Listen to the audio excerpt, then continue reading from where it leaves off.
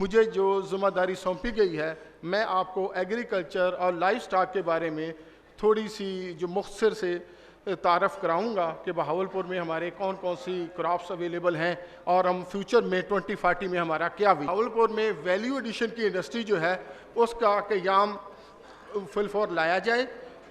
Meat کے حوالے سے ہو اس میں جو ہماری ریکوائرمنٹ ہے اس کو ایکسپورٹ پروسیسنگ زون بنایا جائے اور یہاں پر میٹ پروسیسنگ پلانٹ کا جو ہے وہ انسٹال کیا. ہمارا 2040 اسٹریٹجک ویژن کا جو مین مقصد بھی یہ ہے کہ ہم بہاولپور کو ایز اے برانڈ یہاں پر انٹروڈیوس کروانا چاہتے ہیں. ہونے والے پھل ہیں ان کو بین الاقوامی منڈیوں تک مکمل اور جامع رسائی لوگوں کا یہاں خیال ہے نہیں مل رہی ہے. کس طرح سے یہ ممکن ہے؟ آپ کی کیا تجاویز ہیں؟ کس طرح یہ ہم آگے لے کے جائیں؟ سب سے پہلے تو میں چیمبر آف کامرس اور انڈسٹری کے دوستوں کو خراج تحسین پیش کرتا ہوں کہ انہوں نے 2040 بہاولپور کے خواب کے لیے ایک ویژن کے لیے اتنی اعلیٰ پروگرام اور اتنی اچھے سیشن منعقد. کا جو عام ہے میرا مشاہدہ ہے کہ اس کی دوسرے ملکوں میں ڈیمانڈ بھی ہے اور اس کا نام بھی ہے.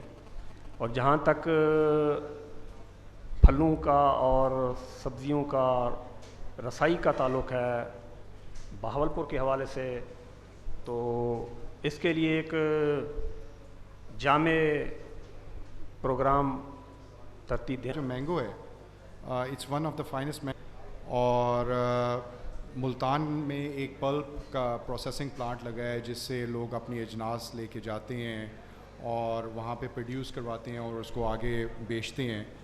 اور مینگو کی interestingly you will be surprised to know 34 different varieties ہیں جن میں سے 6 سے 8 میں بہاولپور لیڈنگ ہے.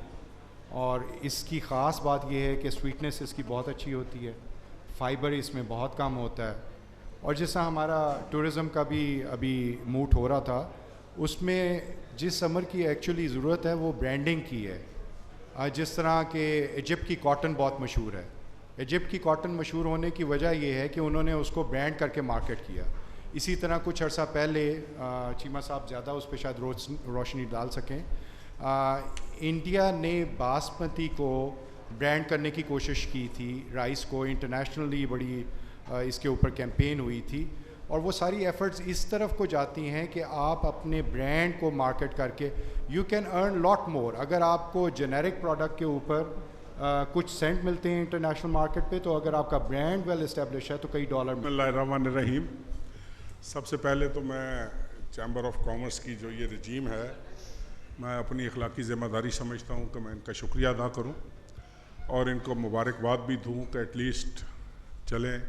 ان کو خیال تو آیا کہ ہم اگلے 10 20 25 سالوں کے بارے میں اپنے شہر اپنے ضلع کے حوالے سے مختلف سبجیکٹس پر دوستوں کو اکٹھا کریں اور ان کے جو رائے ہے جو خیالات ہیں ان سے تمام جو صاحبان تشریف لائے ہوئے ہیں وہ بھی مستفید ہوں. کہ لوگ انڈسٹریلسٹوں سے پیسے لیتے ہیں اور میں پنجاب گورنمنٹ کے پاس چلا گیا کہ ہمارا چیمبر بہت غریب ہے اس کو بلڈنگ کے لیے پیسے دیں. اور اس وقت جو سیکٹری فائنانس تھے انہوں نے اچھا خاصا میرے ساتھ اس پر بحث کی.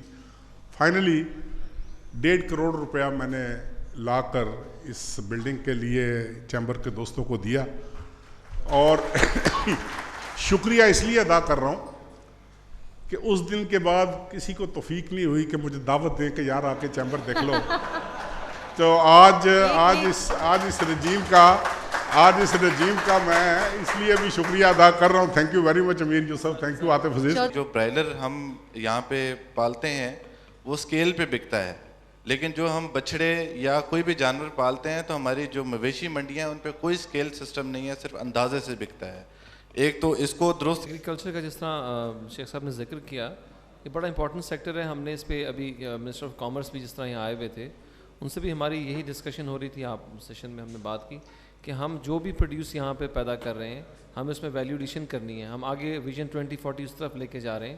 اس کے لیے ہر چیز کا را مٹیریل, ہمیں اس کا انفراسٹرکچر, اس کے لیے ریسرچ اینڈ ڈیولپمنٹ, ہر چیز میں بیسکس سے اگر ہم جیسے چیمہ صاحب نے آئیڈینٹیفائی کیا ہر چیز کا بیسکس اگر ہم ٹھیک نہیں کریں گے تو اوپر عمارت کبھی بھی ہماری اسٹیبل نہیں ہوگی, صحیح نہیں. بہاولپور میں پانی کا معیار اور مقدار دونوں کم ہوتے جا رہے ہیں.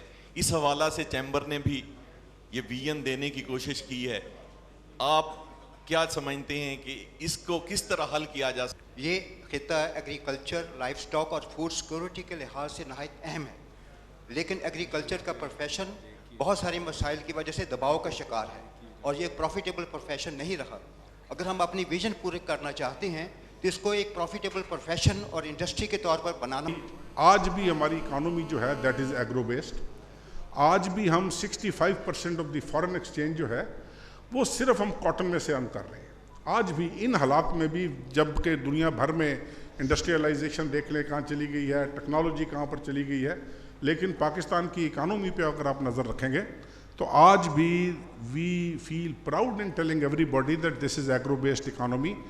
And 65% of the foreign exchange, even today we are earning from the agricultural product. I have worked as Provincial Minister for Agriculture for 3 years in this province. There was a German scholar, اس seminar میں اس نے جب اپنا paper پڑھا تو میرے لیے بذات خود، چونکہ میں ایک متوسط سے کاشتکار بیک گراؤنڈ کا آدمی ہوں، میرے لیے خود یہ بڑی حیران کن بات تھی. جو بھی اسپیکر آئے وہ کہے کہ جی اتنا انکلٹیویٹڈ ایریا پڑا ہوا ہے، اتنا چولستان میں ہے، اتنا تھل میں ہے، اتنا سندھ میں ہے، یہ ہمارے جو وہاں پر بھی اگر ہم ہمت کریں تو ہم انکلٹیویبل لینڈ کو we can convert into cultivable land. جب اس کی باری آئی تو اس نے کہا کہ میں بڑا حیران ہو رہا ہوں آپ کی باتیں سن کر کہ آپ رو رہے ہو کہ جو رقبہ زیر کاشت نہیں ہے اس کو ہم نے کاشتکاری کے قابل کس طرح بنانا ہے. میں آپ کو وارن کرنے آیا ہوں کہ آپ کے پانی کے حالات یہ ہیں کہ جو رقبہ آپ کا زیر کاشت ہے وہ 20 سال کے بعد غیر آباد ہونا شروع ہو جائے گا. آپ اس کی فکر کریں.